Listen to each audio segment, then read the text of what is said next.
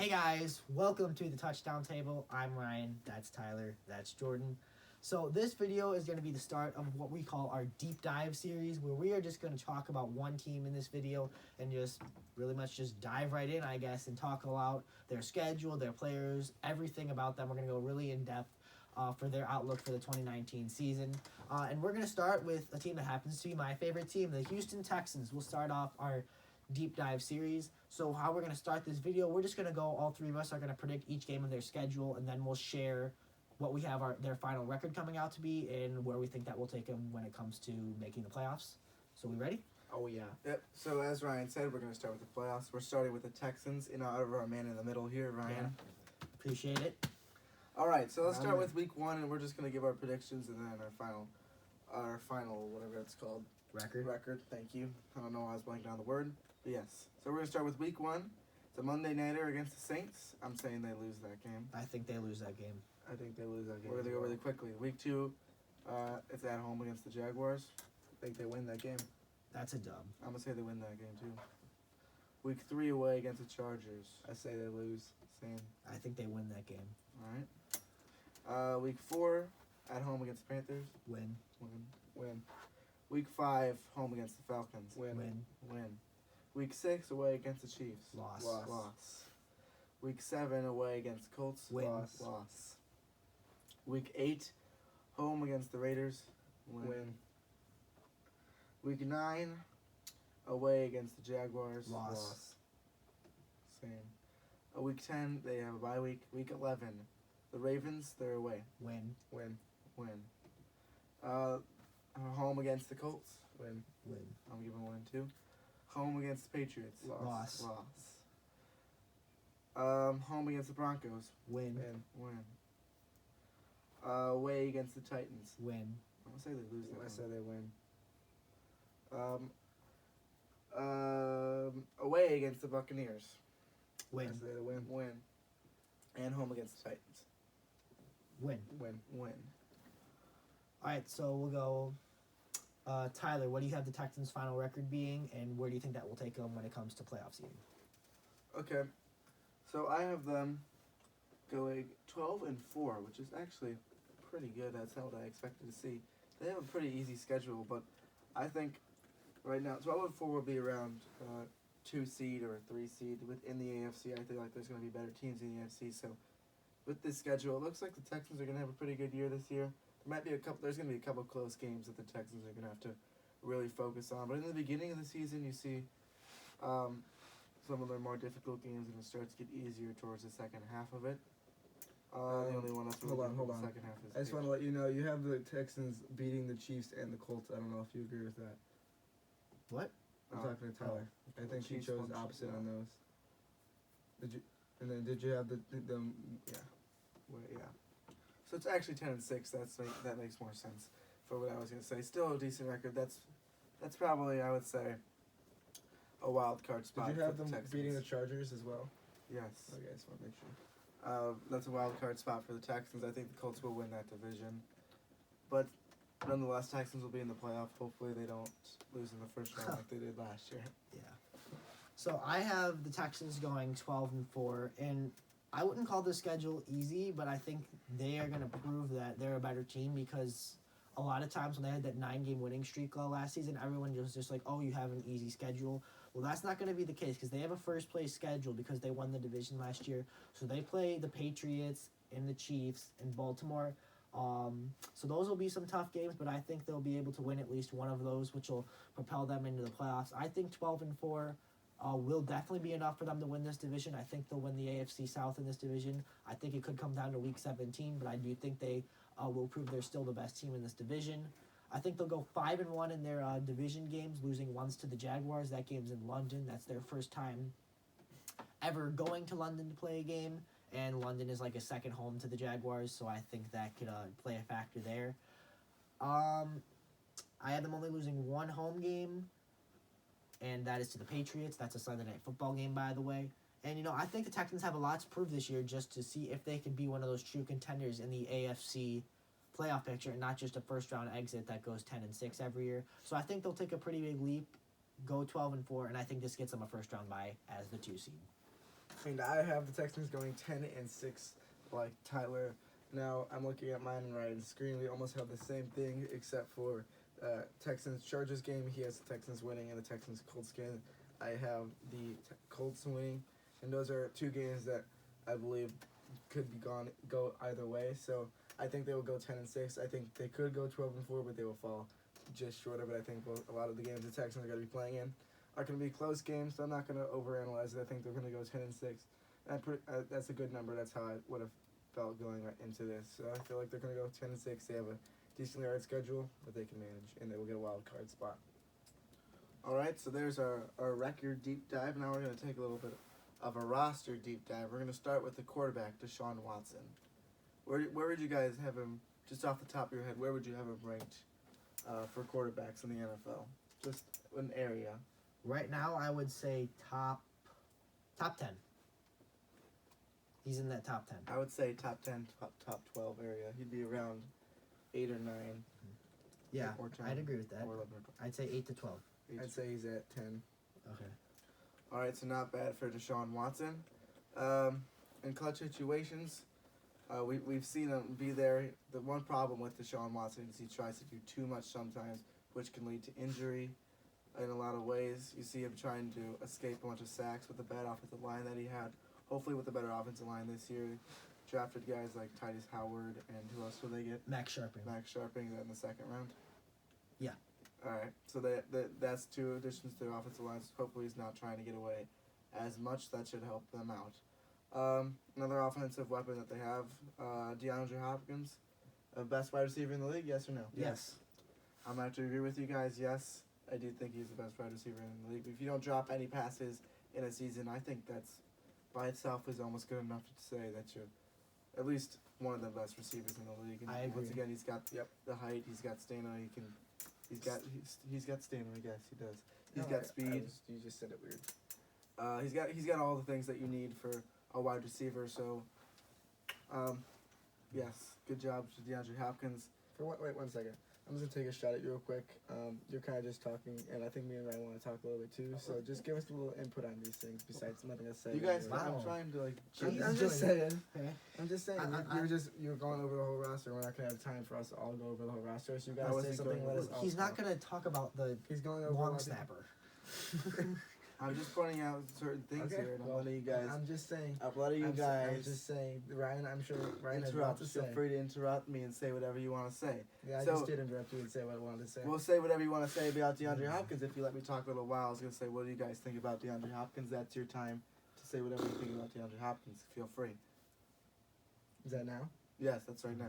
Well, you basically said everything for us, so. No, I have more. All right, good.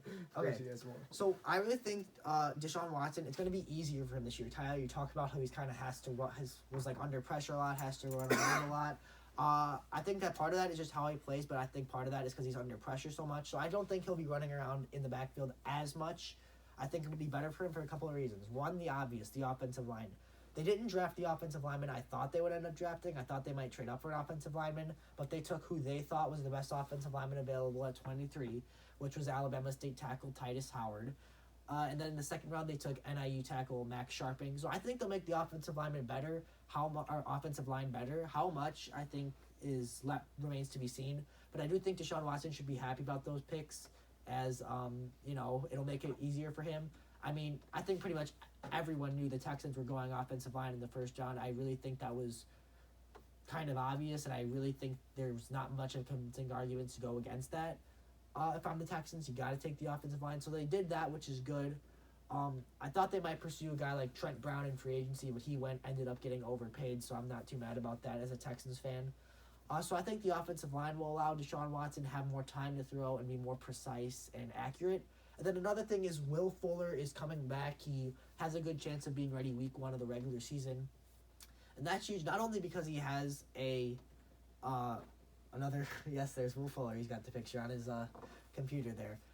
Not only because it's another target for Deshaun Watson to throw through, but then it will divide the defensive attention between DeAndre Hopkins and Will Fuller because they're both good receivers. So now the opposing team can't just say, oh, let's just put all our elite corners on Hopkins, double team him, do all that. They're not going to be able to do that anymore because you got Will Fuller, who's another a good receiver that was doing great things until he got hurt and was out for the year last year, injuring himself in the Thursday night game against the Dolphins. It's going to be easier for Deshaun Watson this year, and he's going to do a lot of great things. This isn't the first time that Will Fuller's been hurt either. He's had an injury problem, so who's to say that it's not going to happen again this year? But we'll see. I believe at the beginning of the season that what you say is right, but it's always something to watch out for is Will Fuller getting injured. And the Texans, the whole other side of the ball, which is the defense, which this year, I mean, it's always been a pretty decent defense. It hasn't been a bad defense at all. Of course, J.J. Watt, the star of that defense, Whitney Merciless. Sorry, I said stuff back in my throat. Jadeveon Clowney, he was franchise tag this year, correct? Yes. Yes. There's still little rumors that he Yes, that could he be might. traded possibly. Yes, so we'll see about that. I'm not sure he's the happiest about being franchise tagged, but not many great players are happy when they're franchise tagged. But the defense, it's always going to be defense. Of course, they worked on defense in the draft as well. After the first round, they picked up a few decent defensive players, which Ryan would know more about than me. So he can pick up after I'm done talking here. So they're going to have a decent defense. Of course, the defensive line is always good.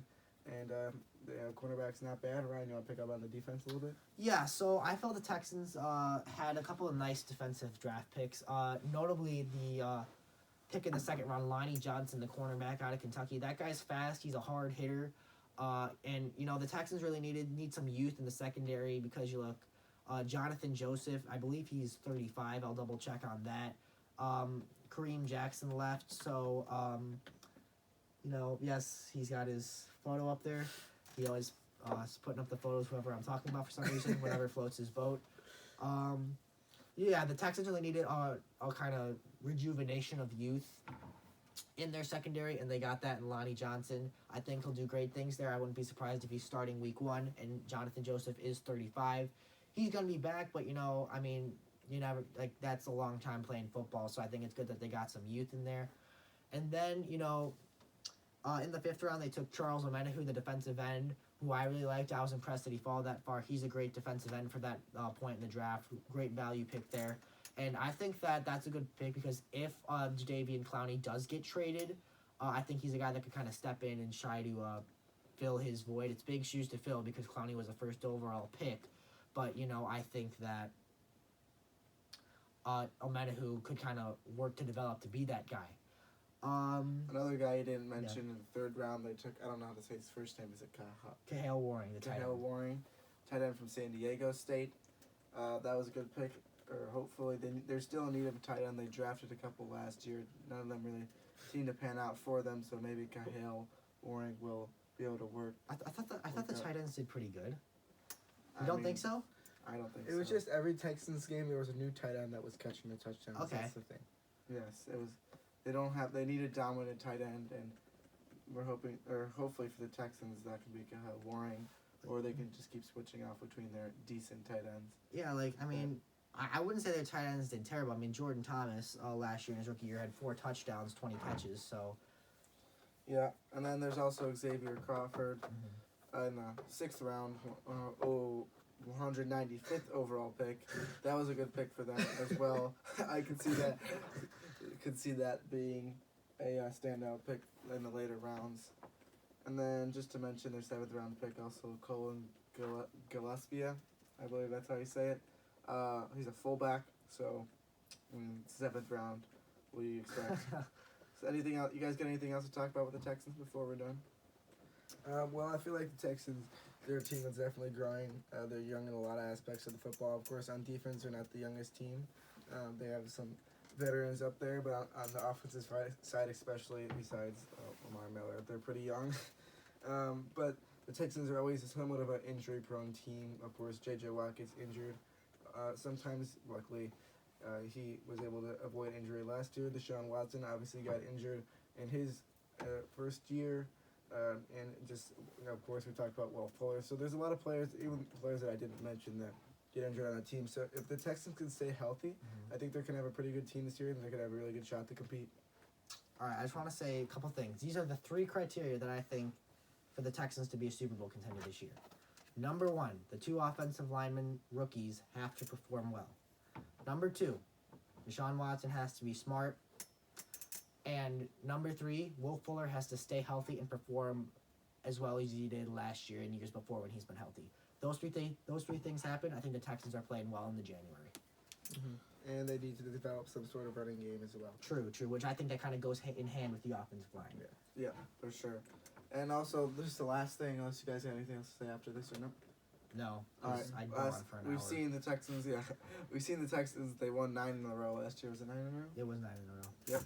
So they won 9 in a row. So we've seen the chemistry with the team that they can really just turn on their play and keep it going for a while. So they have good chemistry. It seems like there's really no arguments. You don't see anything like that the Steelers had last year with the Texans.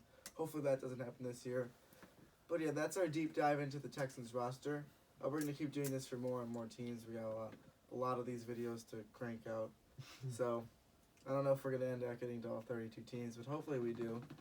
And yeah, once again, thanks for watching. Make sure to like, especially if you're a Texans fan. Oh yeah. You guys probably going to be the most of you guys watching. You can join the army of Texas fans with this man right here. Yeah. Subscribe to our channel. We really need some more subscribers. And comment down below which team you want us to do a deep dive into next. And we will see you guys later. See ya. Bye-bye. Bye.